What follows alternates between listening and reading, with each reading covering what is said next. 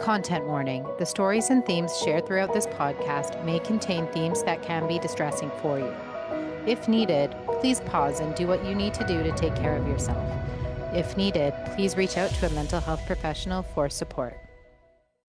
Welcome back to another episode of Resilient AF with Blair and Alana. But this time, no Alana, but a very interesting guest. So when it was proposed to me to see if I wanted to interview this person, I wasn't sure because there's lots of controversy around this specific person. But then I remembered we all deserve to share our story. And some circumstances are in our control and some are not. And I'm really honored and grateful that I had a chance to do this interview. I was told there's a couple conditions. This person was going to be calling me from jail. I had to pick up. I only had 30 minutes. And so we began our journey. And so we made a plan, but I got a message that he was in solitary and that we had to reschedule. So we rescheduled, and while I was on a mini vacation, I made time to meet with him. He did not show up. We tried again the next day. He did not show up. I was getting upset and frustrated. I then learned that the jail was in lockdown because of a fight. And so and then the next day, we did not have a plan to talk, and I had 2 missed calls from the jail. So I knew that I was not getting stood up and that this interview would happen, but I was giving up hope. And so we finally connected, and I got a call from jail in Texas from Joe Exotic, the Tiger King. Now, before I introduce him, a couple things you should know. He called from jail, had to get my number approved, had to be very specific at a specific time. I only had 15 minutes that I wasn't aware of. So the interview does end quite abruptly, but it was a really powerful 15 minutes. And we talked more about him, his upbringing, and his experience with grief. And I learned some stuff. If you're a diehard Joe Exotic fan, maybe you've read his book and watched his music videos and have been to his website. All of his links are in the show notes. You know, he's working really hard at trying to get a pardon. And I learned that he's been in jail since 2018, 2 years before the Netflix series aired that he had nothing to do with. So sit back, relax, enjoy the conversation with the Tiger King about his incarceration, his childhood, complex grief, and the journey that got him there. So Joseph Allen Maldonado, also known as Joe Exotic and the Tiger King, he's an American media personality and businessman who operated the GW Exotic Animal Park. So the GW Zoo, in honor of his brother, is what it's named after. It's Tiger King Park, formerly the Garold Exotic Animal Memorial Park in Oklahoma. He was born in Kansas. Him and his family moved to Texas, where he went to Pilot Point High School. After graduation, he briefly served as the chief of police of Eastvale. He then opened a pet store with his brother, but after his brother's death in 1997, which was extremely devastating, Exotic sold the store and he started the GW Zoo. I'm not going to go too deep into him. You can Google him and a bunch of stuff comes out. I want to encourage you to go to his website. He has his social media handles below as well. I didn't even know he wrote a book, and I'm excited to dive into it. He is smart, and the Netflix series paints him as a specific type of character. And some of that is true, and it's within him. But my perception of him is that he is one of us. He's the walking wounded who carries trauma, who carries grief, betrayal. And I just want to say thank you, Joe, for taking the time to call me. I'm so honored that we finally connected. And sit back and enjoy the ride. Oh my gosh, I can't believe we finally connected. I thought you were maybe like a myth A mythical Oh, creature. hell no. No. How are you doing? Oh, not too bad considering it's prison. Yeah. So, you know, I know we only have a limited amount of time together, and Right? I'm not too sure what you've been kind of told about our show, but it's all about grief and resilience, and I'd love to just talk to you a bit about your life. Ask anything you want. All right. So, I mean, the world is very familiar with you. You basically shared absolutely almost everything on your Netflix show during the pandemic. And like I fell in love with you. I think you're quirky and like I'm always wearing animal print and like it just I don't know. I love the vibe that you give off, your honesty. But I want to go back to your childhood and I'd love to know what some of the happiest memories you have from your childhood are. You know, there wasn't very many. And I think that's what makes me who I am today. Why I help people so much and I do so much nonprofit stuff and everything because my childhood sucked. Uh, you know, every day of my life, my mom and dad fought. Even though they were married 72 years, they fought every day. Mhm. And then you know, I had some sexual abuse from my oldest brother and my dad. You know, growing up. Oh Uh, gosh. so I don't know if you ever read my book. It's all in my book, you know. But yeah, I mean, other than you know the time that I was growing up in Wyoming and able to have pet raccoons and porcupines and stuff. Real honest to God, I can't think of any time I had fun being a kid. I'm sorry you went through all that. That's absolutely terrible. And I did read that you were close with your brother who passed away. Is that true? Yeah, very. He was my mentor. Absolutely. Me and my brother was in business. You know, we owned that pet store together for 16 years. What's your brother's name? Garold Wayne, GW. GW. Well, may GW's memory be a blessing. But so that You know, sounds, that's what we built that zoo in memory of. You know, we built it as yeah. a memorial park. You know, to save animals in memory of people who've died, and that's probably the saddest part about this whole story is there was 151 other memorials there, and 3 people were actually buried under their exhibits. You know, and Wow. Jeff and Carol and them just completely destroyed it. Is there no more memorials there because there's the new It it, ownership? it it's a ghost town. I mean, they just completely destroyed it, and the weeds are taller than the cages. Oh, that's absolutely terrible, especially because it was a memorial. Yeah. But back to GW, like I know you said you didn't have a lot of happy memories from your childhood, but if you think maybe more specifically with you and GW, can you remember like some times that you guys had a lot of fun and that there was Well, laughing? And... you know, and that goes again back to Wyoming. You know, me and Garold used to always go horseback riding because we lived in the mountains, so we spent almost every day on a horse in the mountains. And we would go exploring in old mine shafts and uh, blowing up beaver dams and you know stuff like that. And Yeah. you know, my brother is the one who taught me that your word is This call is from a federal prison. if your word is no good, you're just a piece of shit because the respect that you leave behind is all you take with you when you die. Yeah. How old was he when he passed away? 32. That's like I can't even imagine like I don't probably don't know too much about my story, but in a very short period of time my husband almost died. We suffered a miscarriage.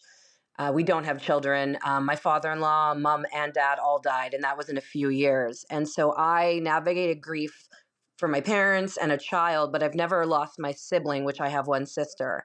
So I definitely have no idea how you felt in the sense of losing your sibling, and that seems to be your closest family member. How do you think that grief impacted you? I changed my life completely. And I had twin little boys that she was 9 months pregnant with, and she had a wreck and they died. And then before my brother died, my first husband of 16 years died. And then Garold died, and then my last husband, shot himself. You saw that in the movie. Oh my gosh. Tiger King. So death has been a big part of my life, growing up.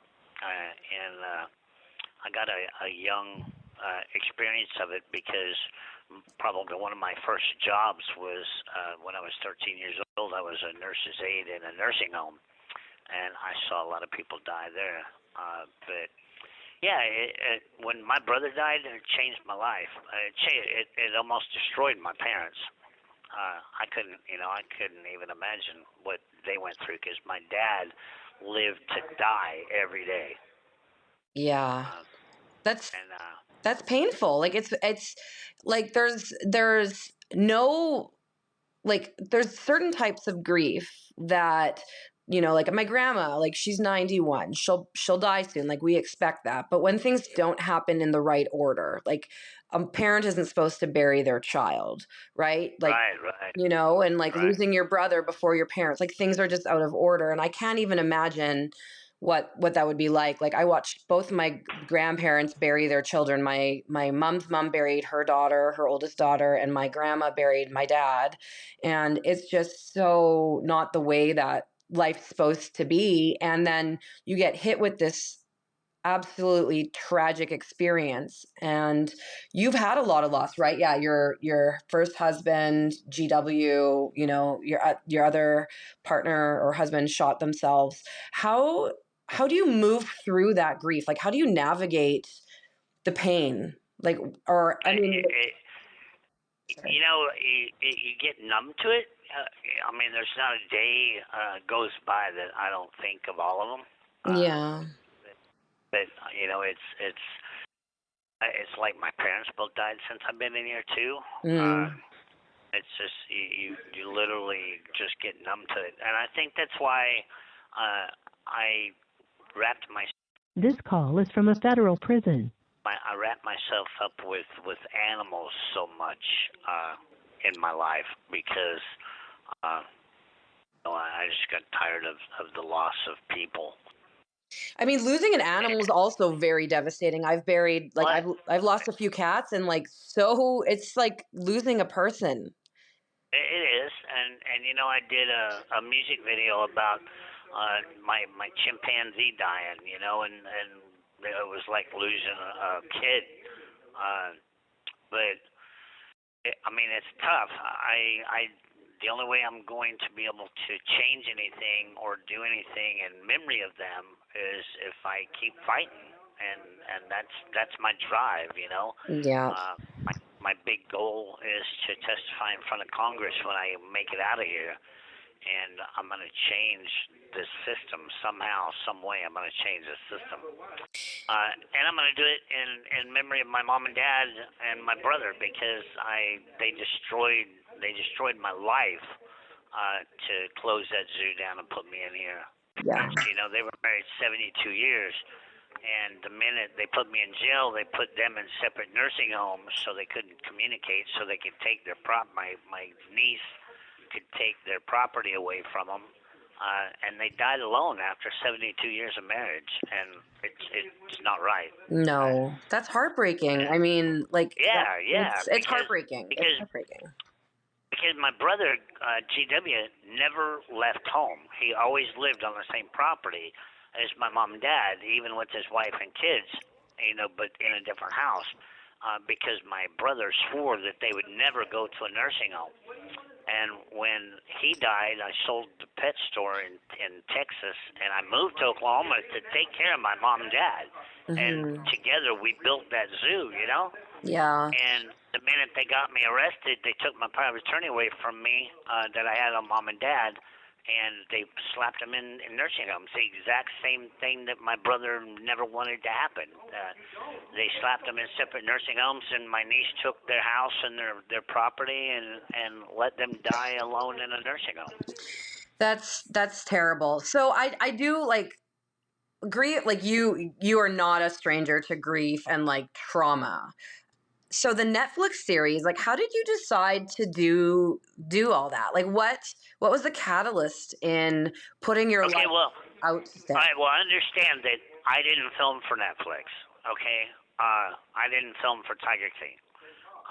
Everything that you saw me on that show, they took either off of my YouTube channel or Dylan, my husband at the time, signed a contract and sold them my footage from me filming. Okay, I was filming my own show, my own reality show, and he sold them my footage for $2.6 million and left me here. Oh my gosh. Yeah, I didn't get a dime. Yeah, so many people think that I filmed that for I didn't. I was in jail 2 years before Netflix even filmed that. Oh my gosh, I had no idea. That's crazy. Oh yeah. Yeah, no, I was arrested in September of 2018, and Tiger King was filmed in 18 and 19. So you were arrested when it came out on Netflix. Like you were already in jail. I was in jail 2 years already. Yes. Wow. And when you did you know you were going to get arrested? Nope. Had no clue. My mind is blown right now that they were able to do that about you with all of your footage without your consent. Yeah, they had no consent of mine, and then they turned around and he sold all of my clothes to a museum in Las Vegas too. I have nothing. I have no home. I have no clothes. I have nothing. I have no pictures from when I was a kid. Nothing anymore. It's all gone. Everything. That's so sad. So why did you get arrested? Like obviously there's tons of articles. I went through your website. I know you have a bunch of evidence that wasn't used. Like what did they arrest you on, and how long is your sentence from today?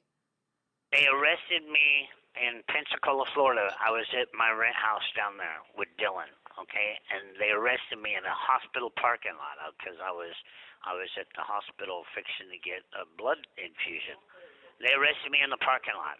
One murder for hire charge, okay? And I was like, what the hell do you mean murder for hire? So they extradited me from Florida back to Oklahoma City, and they tried to get me to plead guilty to one murder for hire charge. And I was like, I haven't done anything, so I want my day in court because I thought I could trust the system.